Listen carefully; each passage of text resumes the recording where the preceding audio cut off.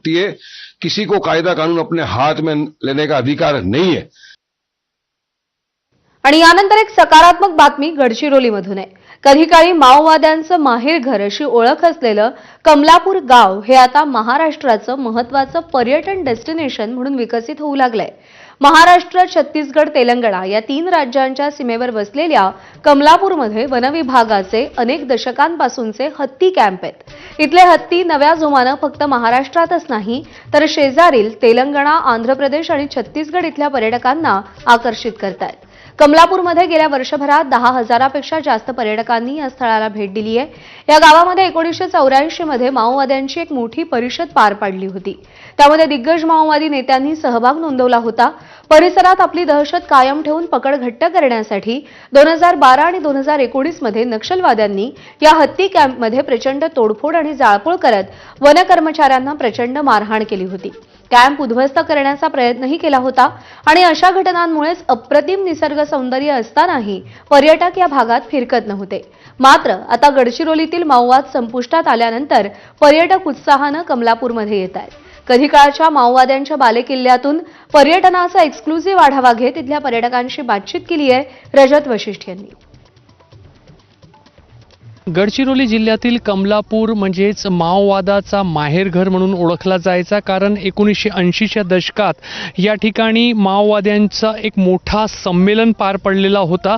त्यामुळे माओवाद्यांचा, नक्षलवादाचा गडचिरोली जिल्ह्यातील माहेरघर कमलापूरला म्हटलं जायचं। मात्र सध्या कमलापूरची ओळख आणखी एक नव्या पद्धतीने निर्माण होत आहे आणि ती म्हणजे कमलापूरचा हा जो हत्ती कॅम्प आहे। या हत्ती कॅम्पमध्ये सध्या 10 हत्ती जे आहेत ते आहेत आणि निसर्गरम्य वातावरणामध्ये या हत्तींना या ठिकाणी जंगलामध्ये मोकळं सोडलं जातं आणि त्यामुळे या ठिकाणचे जे हत्ती आहेत त्यांची वाढ जी आहे ती चांगली होते असं अनेक वन्यजीव तज्ज्ञांचं म्हणणं आहे। या ठिकाणातून अनेक हत्ती जे आहेत ते ताडोबा आणि राज्यातील इतर जे वनक्षेत्र आहेत त्या ठिकाणी पाठवण्यात आले आणि त्या कमलापूरमधून जे हत्ती पाठवण्यात आले त्यांचे वंशवाढ जी आहे ती त्या जंगलामध्ये झाली, ताडोबामध्ये झाली, इतर ठिकाणी झाली। आता याला आपण म्हणजे चांगल्या अगोदर तर होतच हा म्हणजे एरिया एक हत्ती कॅम्पसाठी कमलापूर आपल्या हत्ती कॅम्पसाठी खूपच जास्त प्रसिद्ध आहे।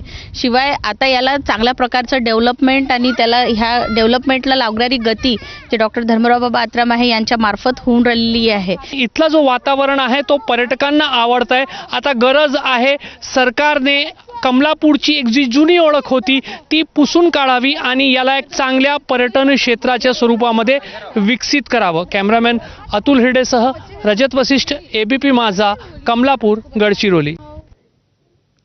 दरम्यान कमलापूर इथल्या हत्ती कॅम्प मुळीच हटवू नये, हत्ती कुठेही पाठवू नयेत अशी मागणी जनसंघर्ष समितीच्या दत्ता शिर्के यांनी केलेली आहे। कमलापूरची पहिली जी ओळख होती ती नक्षल्यांचं माहेरघर म्हणून आणि ते मिटवण्याचं काम कोणी केलं असेल तर या हत्ती कॅम्पने केलं आहे। म्हणून एवढं मोठं अचिव्हमेंट आहे की जी जुनी ओळख आहे जी चुकीची होती ती म्हणजे मिटवण्याचं काम या हत्ती कॅम्पने केलं आणि त्याचं संवर्धन झालं पाहिजे। पण काय की काही माध्यमातून ते हत्ती नेण्याचा प्रयत्न झाला, जामनगरला घेऊन जाणार होते, त्याचं संवर्धन तिथे करण्यापेक्षा इथेच केलं आणि चांगल्या पद्धतीने केलं तर इथे पर्यटन क्षेत्र वाढू शकतं, इथे लोकांना रोजगार मिळू शकतं आणि असा प्रयत्न इथे झाला पण आम्ही त्याला हाणून पाडलं की बा ते दिलं। शेवटी कोर्टात जावं लागलं, कोर्टाने मग आदेश दिल्यानंतर हे सगळं प्रक्रिया थांबली आणि मग हे हत्ती इथे राहिले। दरम्यान कमलापूरचा इतिहास नेमका काय आहे ग्राफिक्सच्या माध्यमातून एक नजर टाकूया। गडचिरोलीतील आलापल्लीच्या जंगलातील उत्कृष्ट सागवानासाठी प्रसिद्ध आहे कमलापूर। इथलं सागवान जगभर विकण्यासाठी इंग्रजांनी हत्तींचा वापर केला। घनदाट जंगलातील दऱ्याखोऱ्यातून हत्ती अत्यंत वजनी लाकडाचे ओंडके न्यायचे। स्वातंत्र्योत्तर काळातही इथे हत्तींचा वापर सुरूच होता। 2010 नंतर हत्तींचा वापर थांबला पण हत्तींचा कॅम्प म्हणून कमलापूर कायम राहिलं। 2001 आणि 2008 ला ताडोबा आणि पेंचमध्ये जंगल सफारीसाठी कमलापूरचे हत्ती नेले। कमलापूरमध्ये सध्या 9 हत्ती आहेत। 2 हत्ती हे 90 वर्षांपेक्षा जास्त वयाचे। कमलापूरची शुद्ध हवा, भरपूर पाणी आणि प्रचंड हिरवा चारा हे हत्तींच्या दीर्घायुष्याचं गमक आहे. 2022 मध्ये हत्तींना वंताराला पाठवण्याचे प्रयत्न झाले, पण त्याला कडाडून विरोधही करण्यात आला.